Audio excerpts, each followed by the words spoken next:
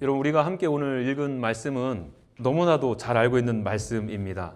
예수님께서 새끼 나귀를 타시고 예루살렘 성으로 들어가는 장면, 사람들이 겉옷을 펴고 종려가지를 흔들며 호산나를 외치는 장면, 이 내용들은 우리가 너무나도 잘 알고 있는 말씀이죠.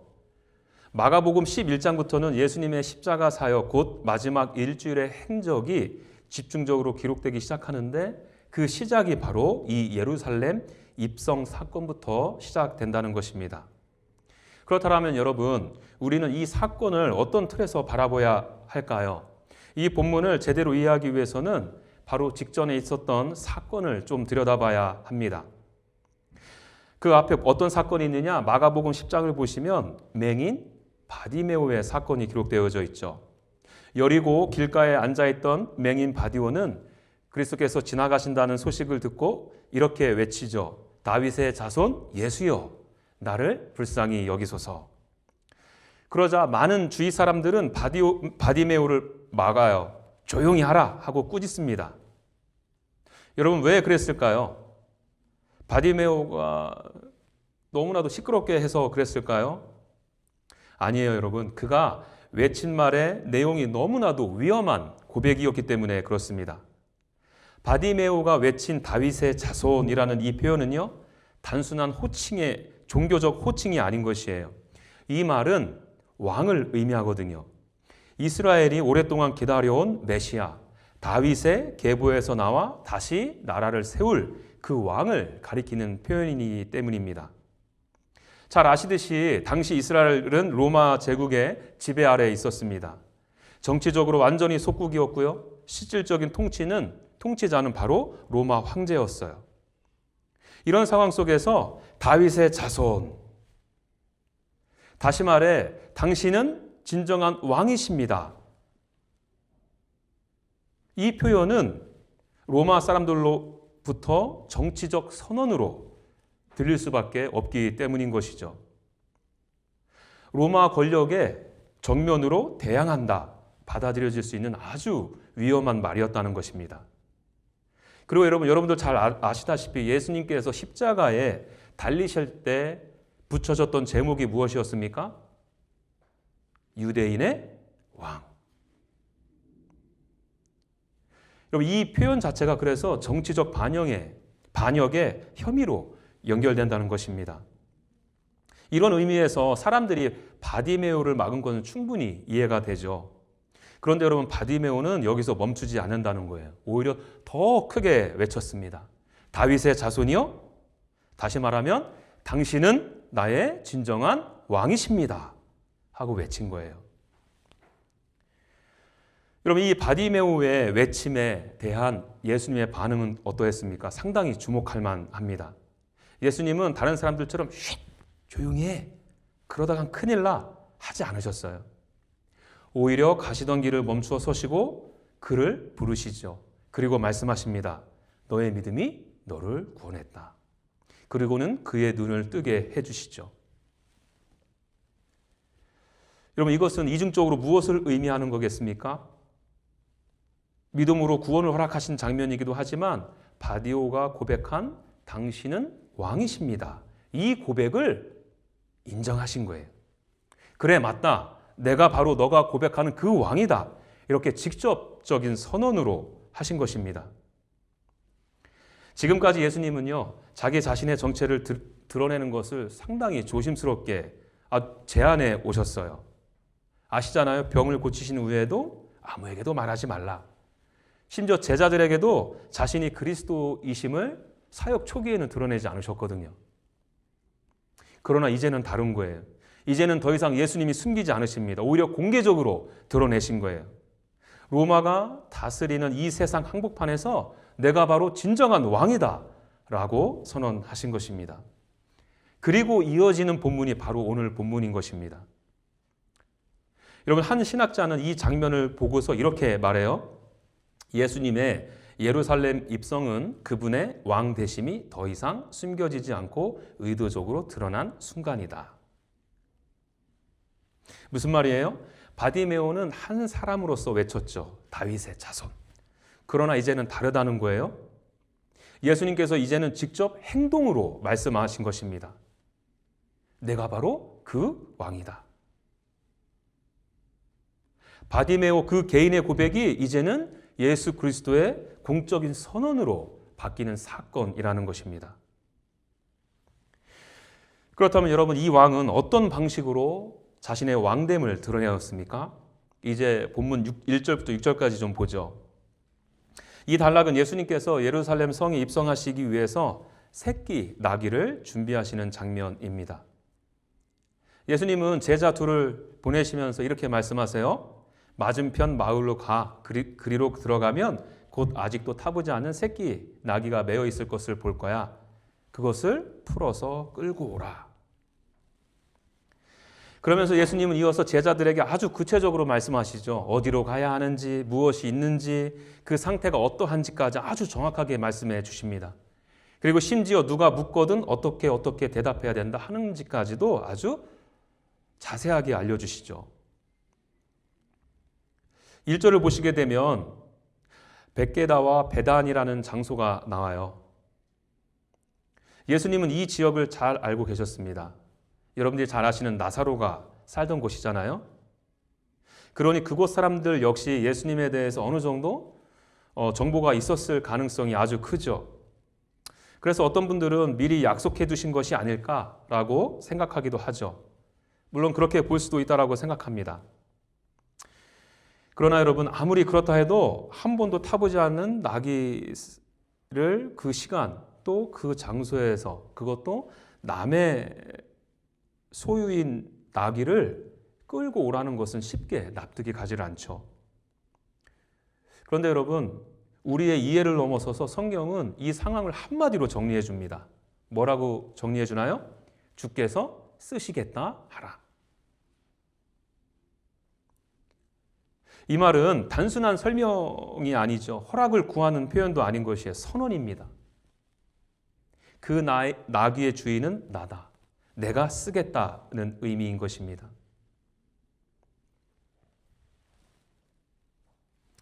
이 장면은 우연히 맞아떨어진 사건이 아닌 것이에요. 예수님께서 상황을 짐작하신 정도도 아닌 것입니다.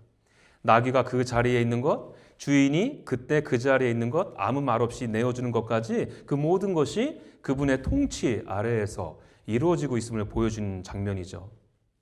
예수님은 상황과 환경에 끌려다니시는 분이 아니라 스스로 길을 정하시고 그 길을 따라 나아가시는 분이라는 겁니다. 예수님은 겸손하시고 온유하세요. 그렇지만 그것이 게으름이나 연약함을 의미하는 것은 아니죠. 그것이 우유부단하거나 상황에 끌려다니는 분은 아니라는 것입니다. 오히려 하나님의 때가 이르자 하나님의 뜻에 따라 예수님의 행보는 놀라울 만큼 분명하고 아주 치밀합니다. 어디로 가야 하는지, 무엇을 준비해야 되는지, 어떤 일이 일어날 일까지 아시면서 그 모든 과정을 주도적으로, 주권적으로 지금 주도해 가고 계시다는 거예요.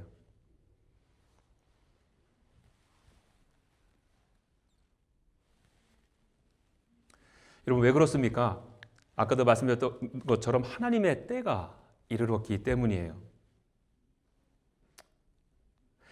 그 때가 이르렀기에 더 이상 숨기지 아니하시고 공개적으로 이제 자기 자신의 정체를 드러내시고 계신 것입니다. 로마의 통치 아래 있는 그 현실 한복판에서 예수님은 자기 자신이 왕되심을 드러내기로 결단하신 거예요.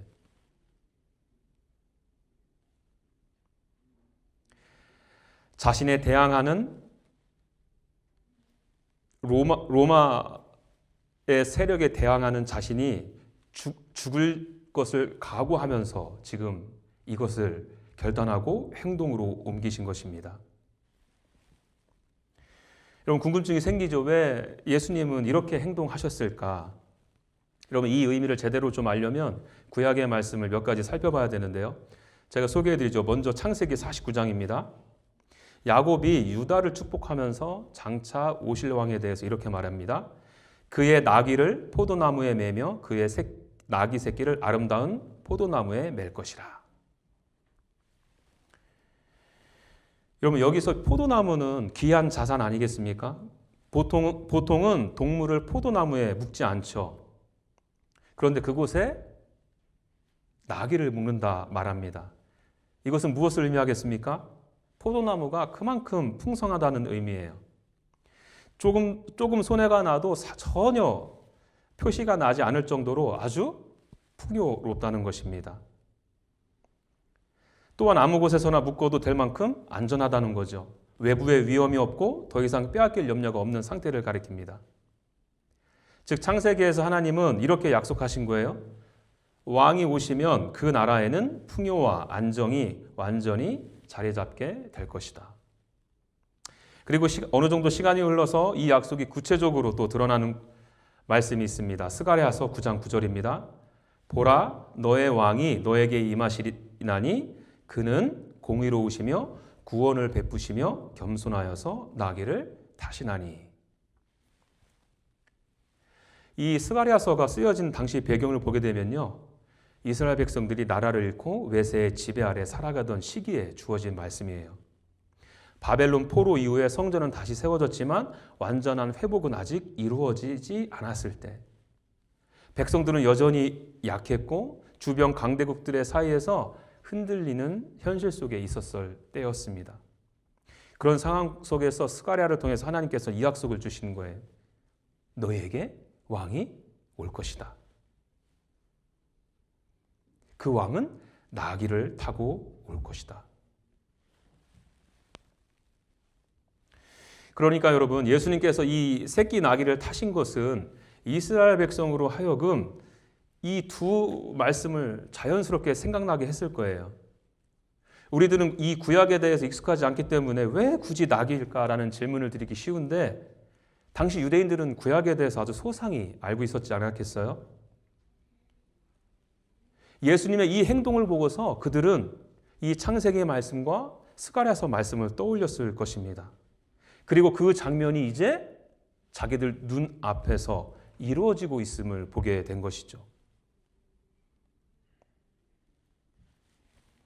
그리고 여러분, 이 장면은 동시에 그 왕이 어떤 왕인지를 분명하게 드러내기도 하죠. 창세기에서는 그 왕의 나라가 어떤 나라인지 보여주지 않았습니까? 나귀를 포도나무에 묶어도 될 만큼 풍요롭고 아무런 위협이 없는 나라. 빼앗길 염려도 없고 두려움이 사라진 상태. 풍요와 안전이 완전히 자리 잡은 왕국인 것이죠.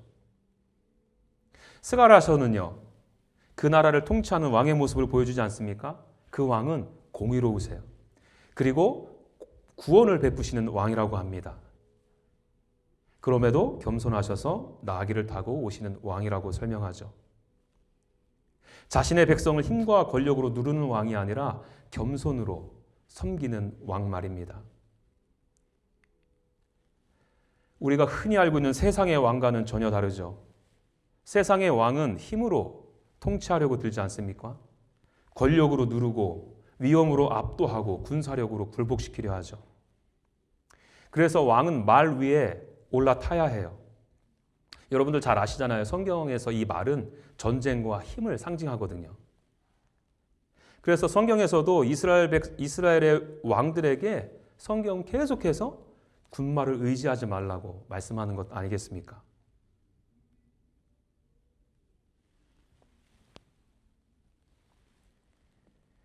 여러분, 예수님의 이 왕되심, 사랑의 통치, 겸손의 왕되심,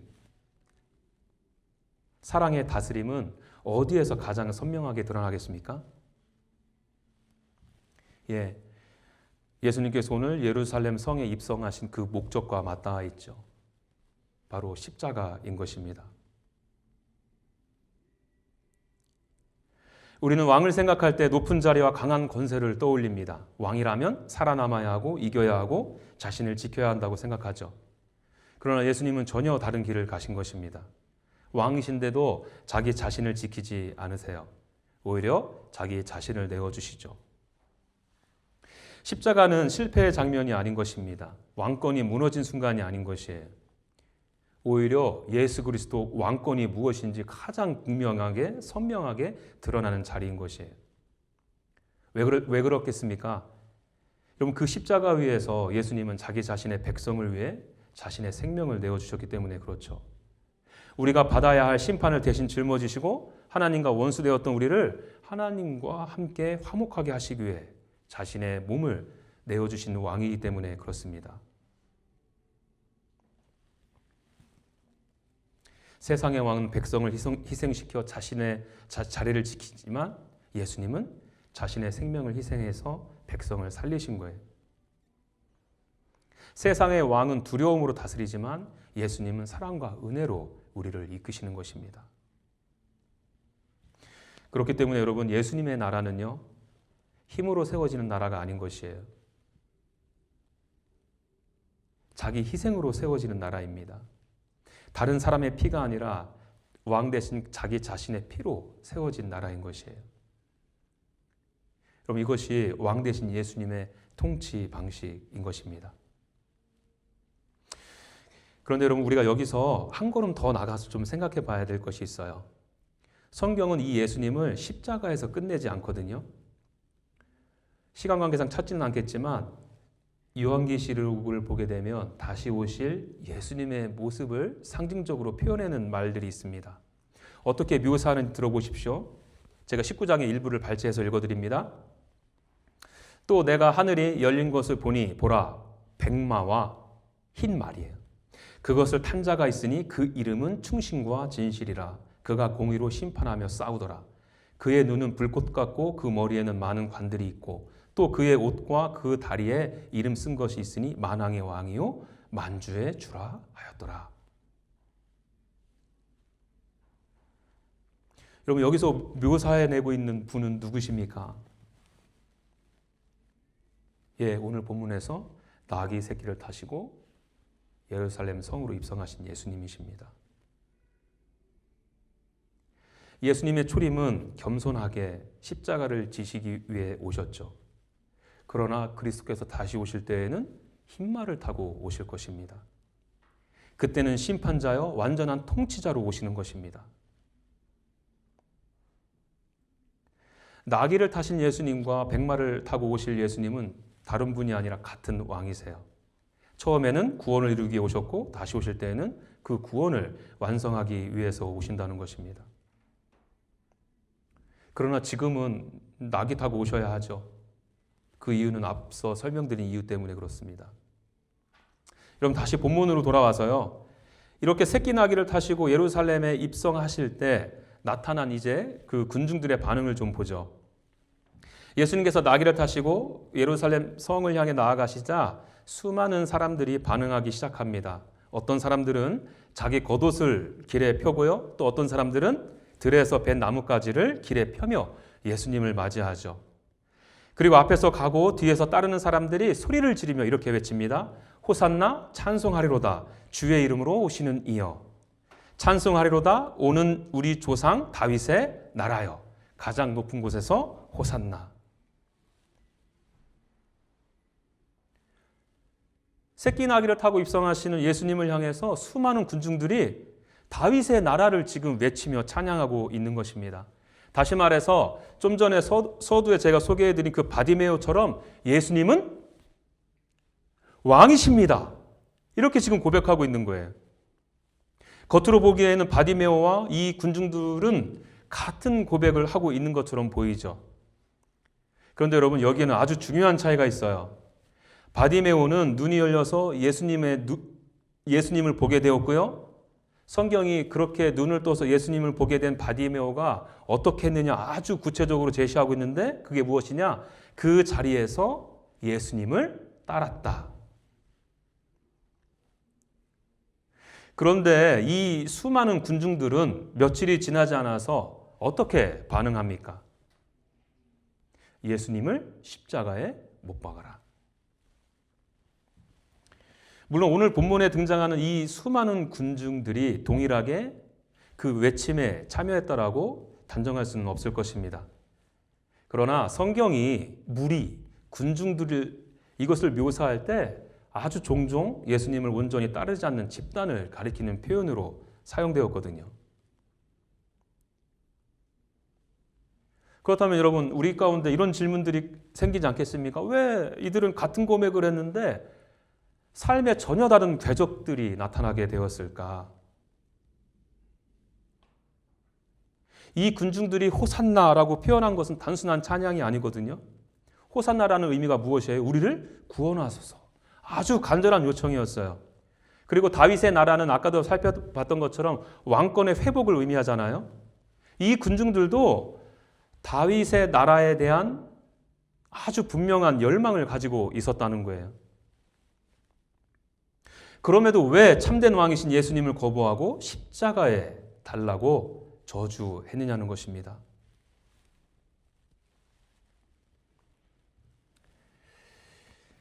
이유는 그들이 기대하던 왕, 그리고 그 왕이 다스리는 나라에 대한 이해가 바디메오와 달랐기 때문입니다. 여러분, 그들이 기다렸던 메시아의 존재는 어떤 존재였습니까?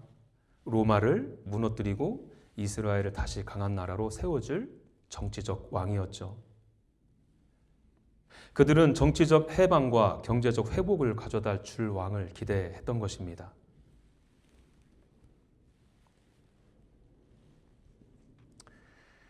여러분, 문제는 바로 여기에 있는 것 아니겠습니까? 예수님은 왕으로 오셨지만 그들이 기대한 방식의 왕이 아니라는 것이죠. 그들은 그들의 눈에 보이는 문제 해결을 원했지만 예수님은 눈에 보이지 않는 죄의 문제를 해결하기 위해서 오셨으니까요. 그들은 단순히 외적인 회복만을 원했지만 예수님은 하나님과의 관계 회복을 이루기 위해서 오셨으니까요. 그래서 같은 호산나를 외쳤지만, 그래서 당신은 왕이십니다, 이렇게 외쳤지만 전혀 다른 삶의 궤적들이 나타나게 되는 것입니다. 여러분, 교회 전통에 따르면 이번 주일이 바로 종려 주일입니다. 종려 주일이 갖고 있는 의미가 무엇일까요? 오늘 본문에서 보여주고자 하는 것처럼 종려 가지를 흔들며 예수님, 당신이 나의 진정한 왕이십니다, 라고 고백되기를 바라는 마음으로 이 날을 지켰을 것입니다. 단순한 기념이 아니라 참된 왕이신 예수님을 맞이하고자 하는 신앙의 고백인 것이죠. 이 본문은 우리에게도 오늘 아주 동일하게 질문을 던지고 있는 것입니다. 예수님은 지금 이곳에 오셔서 우리들에게 이렇게 말씀하시는 거예요. 새끼 나귀를 타시고요. 내가 바로 참된 왕이다. 너는 나를 왕으로 믿고 있느냐? 여기서 끝나지 않죠. 너는 나를 어떤 왕으로 믿고 있느냐? 바디메오가 고백한 왕이냐? 아니면 군중들이 기대했던 왕이냐? 겸손히 나귀를 타고 온 왕이냐? 아니면 내 욕망을 투영해서 만들어낸 왕이냐?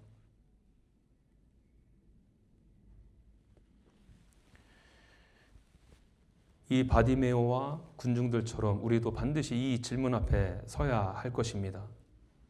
예수님께서 이 땅에 왜 오셨는지, 왜 나귀를 타고 예루살렘 성에 입성하셨는지 그 목적과 의미를 분명히 알아야 할 것입니다.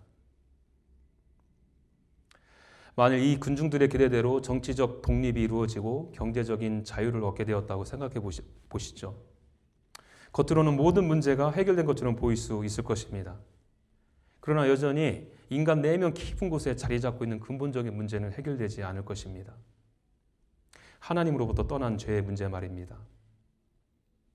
하나님께로부터 독립하려 했던 그 죄가 해결되지 않는다면 어떤 외적인 회복도 참된 구원이 될 수 없을 것입니다.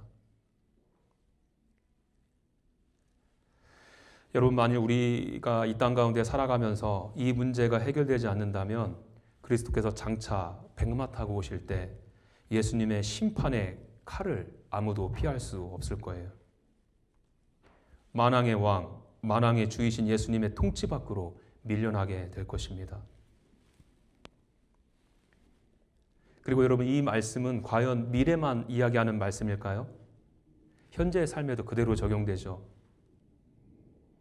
우리가 지금 이곳에서 하나님 나라의 왕이신 예수 그리스도의 사랑을 누리지 못한다면 저와 여러분들의 내면이 참된 평안과 안식을 누릴 수 있으시겠어요? 겉으로 아무리 치장하고 아무리 잘 살고 있는 것처럼 보여도, 행복해 보여도 마음 깊은 곳에서는 여전히 불안이 자리할 것입니다. 그래서 무언가를 계속 붙잡아야만 할 것만 같고 놓치면 무너질 것 같은 두려움이 들겠죠. 그래서 끊임없이 더 가지려고 하고 더 이루려고 하고 더 인증받으려고 할 것입니다. 그러나 그것은 영원히 채워지지 않을 것이에요.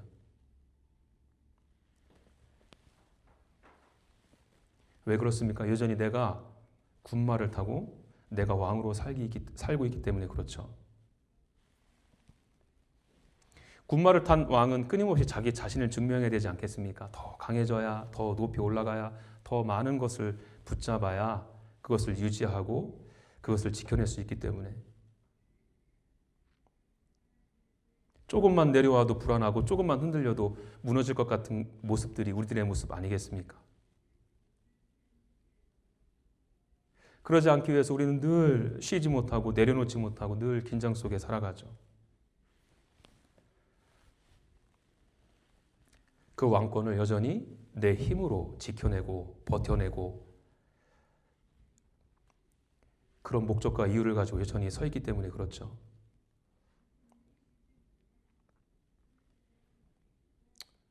그런 삶의 궤적들은요, 이런 모습들이 드러날 수밖에 없어요. 끊임없이 비교하고 경쟁하고 이기려고 하는 마음이요. 때로는 다른 사람들을 밟고서라도 그 자리를 지키려 하고 하는 삶의 태도요. 여러분, 이것이 내가 왕이 되어 군마를 탄 삶의 모습인 것입니다. 그러나 참된 왕이신 예수님은 전혀 다른 길을 보여주셨죠. 나귀를 타고 오셨습니다.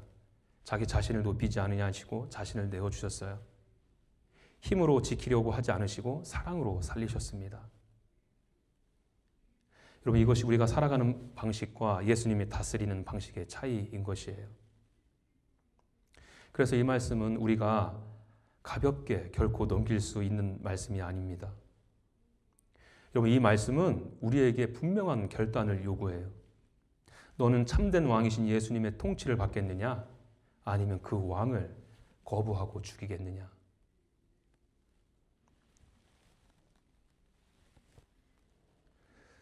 여러분, 우리는 예수님을 거부하지는 않습니다. 좋아하죠. 믿는다고 말도 하기도 하고 교회에 나오기도 하고 예수님의 말씀에 감동도 된다고 그러고 예수님은 좋은 분이라고 그럽니다.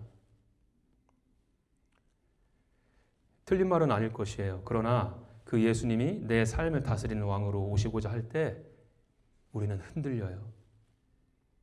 내가 원하는 방향으로 인도하실 때에는 따르지만 내가 원하지 않는 길, 십자가의 길로 이끄실 때는 멈추거나 돌아서고 싶어지는 것이 우리들의 마음인 것이에요. 그래서 여러분, 오늘 본문은 단순히 예수님에 대한 취향의 문제가 아닌 것이에요. 좋아하느냐, 싫어하느냐. 예수님은 왕이심을 드러내셨는데 당신은 지금 그 왕을, 그 예수님을 왕으로 모실 것입니까? 이 질문인 것입니다.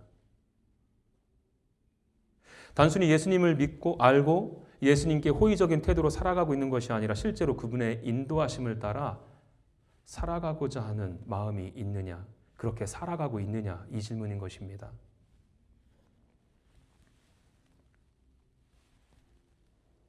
여러분, 성경에서 아주 충격적인 사실 중에 하나가 이것이에요. 귀신들도 예수님이 누군지 안다는 거예요. 귀신들의 입에서 당신은 하나님의 아들이라 이렇게 표현해내거든요. 근데 결정적인 차이가 무엇이에요? 예수님의 다스림 안에 나오지 않는다는 거예요. 예수님을 따르지 않습니다. 예수님께 복종하지 않아요. 여러분, 아는 것과 따르는 것은 전혀 다른 문제인 것입니다. 중요한 것은 우리가 예수님을 얼마나 알고 있느냐가 아니라 그분을 나의 왕으로 받아들이고 있느냐는 것입니다. 그 사랑의 왕과 인격적인 교제 나누며 그분을 따르는 삶이 여러분들의 삶 가운데 나타나고 있느냐는 것입니다.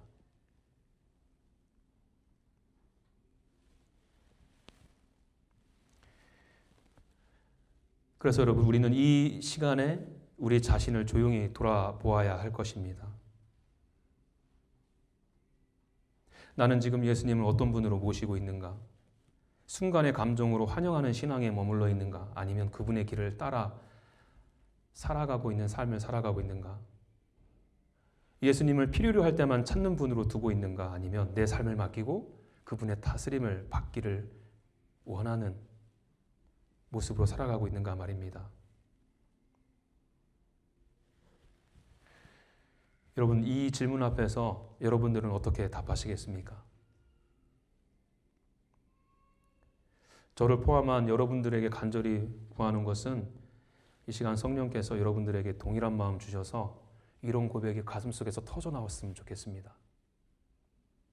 주님, 주님은 나의 왕이십니다. 나의 왕은 새끼 나귀를 타시고 예루살렘 성에 오르셨습니다. 그분은 장차 백마를 타고 오실 것입니다.